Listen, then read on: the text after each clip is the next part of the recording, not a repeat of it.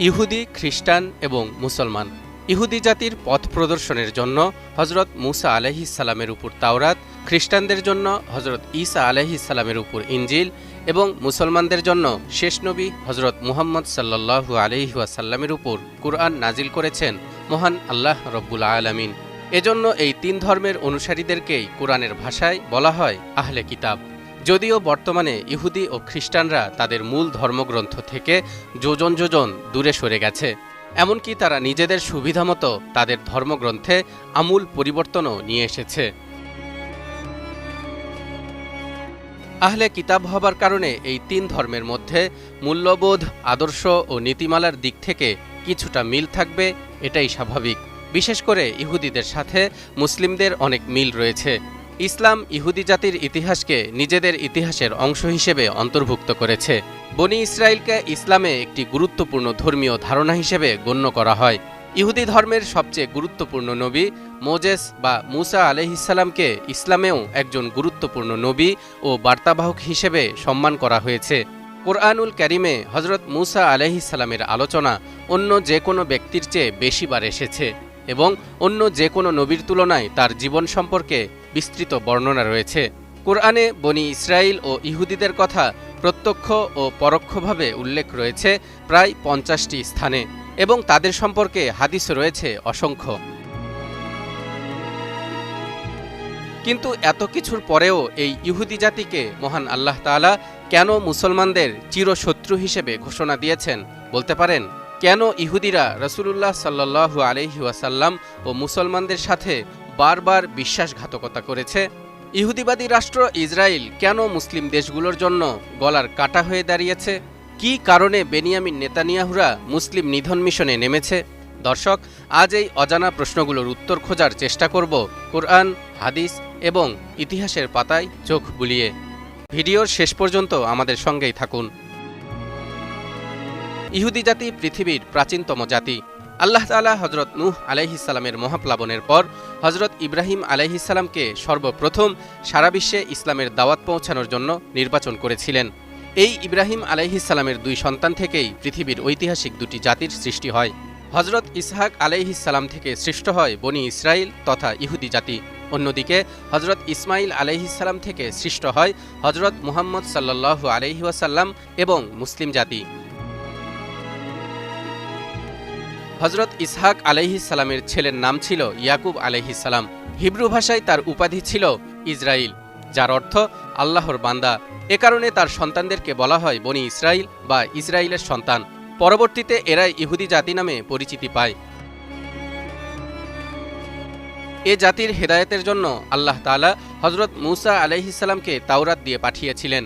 অথচ অবাক করার মতো বিষয় হল, ইহুদি নামটি মুসা আলাইহিসসালামের মৃত্যুর অনেক পর এসেছিল। কাজেই একথা কোনোভাবেই বলার সুযোগ নেই যে ইহুদি ধর্ম হজরত ইব্রাহিম বা মুসা আলাইহিসসালামের প্রবর্তিত, কারণ তারা দুজন সহ সকল নবী ইসলামের অনুসারী ছিলেন। ইব্রাহিম আলাইহিসসালাম সম্পর্কে আল্লাহ তাআলা বলেন, ইব্রাহিম ইহুদিও ছিলেন না, নাসারাও ছিলেন না, বরং তিনি ছিলেন একনিষ্ঠ মুসলিম, আর তিনি মুশরিকদেরও অন্তর্ভুক্ত ছিলেন না। তেমনিভাবে হজরত মুসা আলাইহিসসালাম সম্পর্কে আল্লাহ বলেন, মুসা বলল, হে আমার কওম, তোমরা যদি আল্লাহর প্রতি ঈমান এনে থাকো তাহলে কেবলমাত্র তারই উপর ভরসা করো, যদি তোমরা মুসলিম হয়ে থাকো। কাজেই একসময় মুসলমানদের মতো ইহুদিরাও তাওহীদপন্থী ও এক আল্লাহতে বিশ্বাসী ছিল।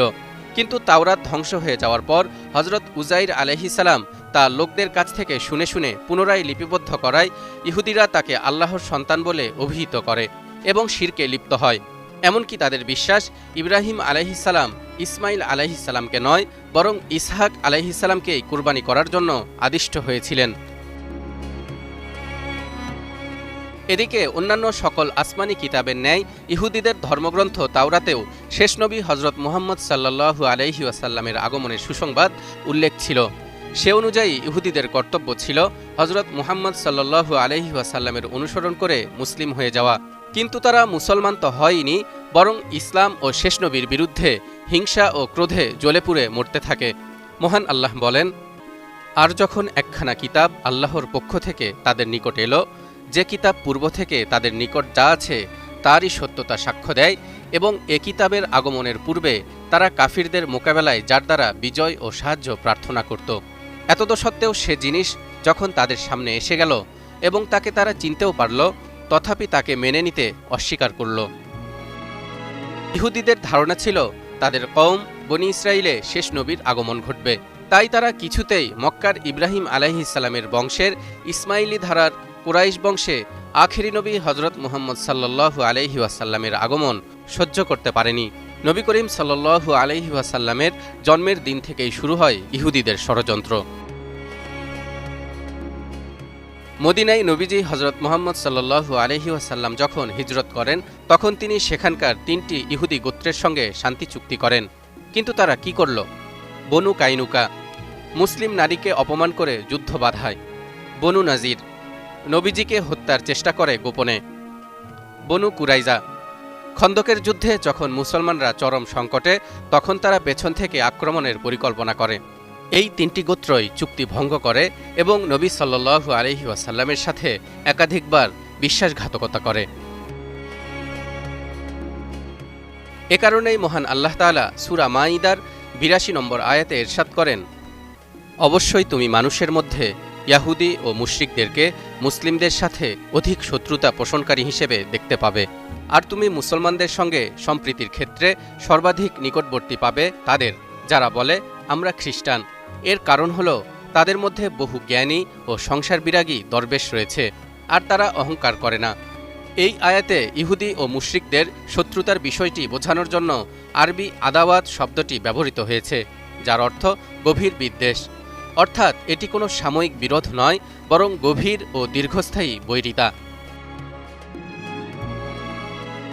এছাড়াও এই আয়াতের ব্যাখ্যায় তাফসিরের কিতাবে লেখা হয়েছে, ইহুদিদের মধ্যে একগুঁয়েমি, হঠকারিতা, সত্য থেকে মুখ ফিরিয়ে নেয়া, দাম্ভিকতা ও গর্ব এবং জ্ঞানী ও ঈমানদারদের অবজ্ঞা করার প্রবণতা সেই শুরু থেকেই ব্যাপকভাবে প্রচলিত। আর এজন্যই নবীগণকে হত্যা ও তাদেরকে মিথ্যা জ্ঞান করা তাদের অভ্যাসে পরিণত হয়। এমনকি কয়েকবার তারা মহানবী হজরত মুহাম্মদ সাল্লাল্লাহু আলাইহি ওয়াসাল্লামকে হত্যা করারও চক্রান্ত করে, তাকে জাদু করে এবং বিভিন্নভাবে ক্ষতি সাধন করার মতো জঘন্য অপচেষ্টা মৃত্যু পর্যন্ত জারি রাখে। অনুরূপ কুকীর্তি মুশরিকদেরও। অন্যদিকে খ্রিস্টানদের মধ্যে এমন এক শ্রেণী রয়েছে যারা ইহুদিদের মতো হঠকারী ও দাম্ভিক নয়। তাদের মধ্যে কিছুটা হলেও নম্রতা, উদারতা ও ক্ষমাশীলতার মতো গুণগুলো বিদ্যমান।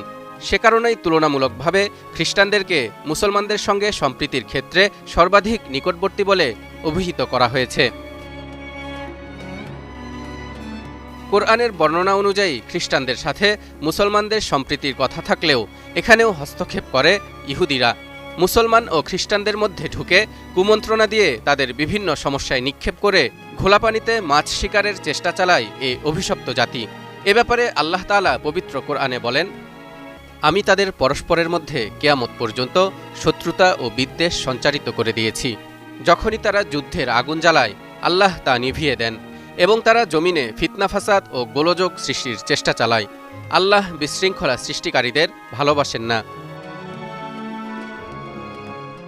যেই ইহুদিরা খ্রিস্টানদের নবী হজরত ঈসা আলাইহিস সালামকে হত্যার ষড়যন্ত্র করেছিল, এখন সেই ইহুদিদের সাথেই কাঁধে কাঁধ মিলিয়ে মুসলিম নিধনের ষড়যন্ত্রে নেমেছে খ্রিস্টানগণ। এ কারণেই মুসলমানদেরকে উভয় সম্প্রদায়ের সাথে বন্ধুত্ব স্থাপন করতে নিষেধ করা হয়েছে। এরশাদ হচ্ছে, হে মুমিনগণ, তোমরা ইহুদি ও খ্রিস্টানদেরকে বন্ধু হিসেবে গ্রহণ করো না, তারা একে অপরের বন্ধু। তোমাদের মধ্যে যে তাদের সাথে বন্ধুত্ব করবে সে তাদেরই অন্তর্ভুক্ত। আল্লাহ জালিমদেরকে পথ প্রদর্শন করেন না। মূলত ইহুদি জাতির চরিত্রই হল ষড়যন্ত্র, অকৃতজ্ঞতা, দাম্ভিকতা ও বিশ্বাসঘাতকতা। তাদের বংশে অধিকাংশ নবীর আগমন, নবীর আওলাদ হওয়া, অজস্র ধন সম্পদের মালিক হওয়া, রাষ্ট্রীয় ক্ষমতা লাভ করা, আসমানি কিতাব তাওরাত প্রাপ্তি, আসমানি খাবার মান্না সালোয়া প্রাপ্তি, আল্লাহর পক্ষ থেকে এত এত নিয়ামত পাবার পরেও তারা সকল ব্যাপারেই অকৃতজ্ঞতার পরিচয় দিয়েছে। এ কারণেই তাদেরকে বলা হয়েছে অভিশপ্ত জাতি।